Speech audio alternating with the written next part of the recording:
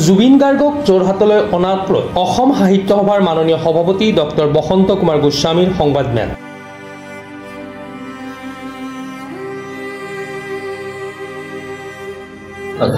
শেষ সমাধি যোৰহাটতে হোৱাৰ সন্দৰ্ভত জাতীয় অনুষ্ঠান হিচাপে আপোনালোকে অসমৰ সৰ্ববৃহৎ এই জাতীয় অনুষ্ঠানটোৱে কালিৰ পৰা এই বিষয়টো আলোচনা কৰি আছে।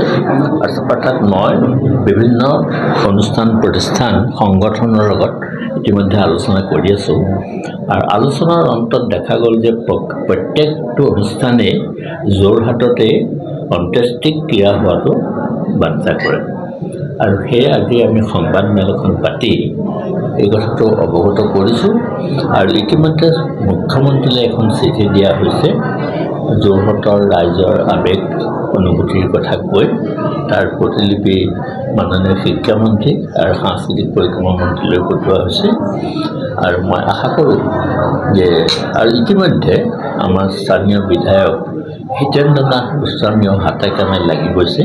তেখেতে কেইবাঠাইতো মাটি বিচাৰিছে আৰু এঠাইত মাটি প্ৰায় চূড়ান্ত পৰ্যায়লৈ গৈছে আৰু গতিকে মই আশা কৰোঁ যে মুখ্যমন্ত্ৰীলৈ দিয়া যিখন চিঠি সেইখন মুখ্যমন্ত্ৰীয়ে আচলতে বিচৰাৰ দৰেই হৈছে। সাংবাদ মাধ্যমত কৈছে যে অসম সাহিত্য সভাৰ লগতো মই কথা পাতি চাওঁ এইবুলি কৈছে। গতিকে আমাৰ যিটো উদ্দেশ্য সেই উদ্দেশ্যটো মই সফল হ'ব বুলি ভাবিছোঁ আৰু চৰকাৰে আৰু ছাৰ বিমল বৰা ডাঙৰীয়াই তেখেতে কৈছে যে গোটেই বিষয়টো ৰাইজৰ হাতলৈ ঠেলি দিছে। গতিকে যোৰহাটবাসীৰ ৰাইজে যিটো ইচ্ছা কৰিছে সেইটো নিশ্চয় সফল হ'ব।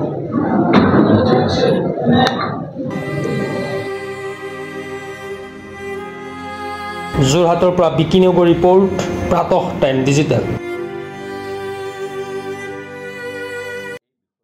অসমৰ সংবাদ জগতখনৰ বাবে এক সুখৰ খবৰ। আপোচবিহীন ৰাইজৰ কণ্ঠ সাপ্তাহিক কবচ পুনৰ এবাৰ অসমৰ ৰাইজৰ মাজলৈ। স্বত্বাধিকাৰী প্ৰণীতা কলিতাৰ দ্বাৰা প্ৰকাশিত আৰু আপোচবিহীন একাংশ নপুৰণি অভিজ্ঞতাপুষ্ট সাংবাদিকৰ দ্বাৰা প্ৰচাৰিত তথা eco printing press Guwahati Katabari গড়চুকত মুদ্ৰিত সাপ্তাহিক কবচ এতিয়া অসমৰ বিভিন্ন প্ৰান্তত উপলব্ধ। আমাৰ ঠিকনা মুখ্য কাৰ্যালয় অসম ফৰেষ্ট স্কুল হৰিমন্দিৰ পথ গুৱাহাটী আৰু উপ কাৰ্যালয় কলিতা মাৰ্কেট বিজয়নগৰ কামৰূপ অসম।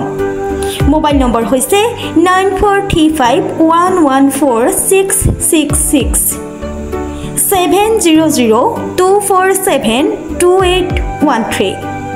আমাৰ ইমেইল আইডি হৈছে kobos2025@gmail.com।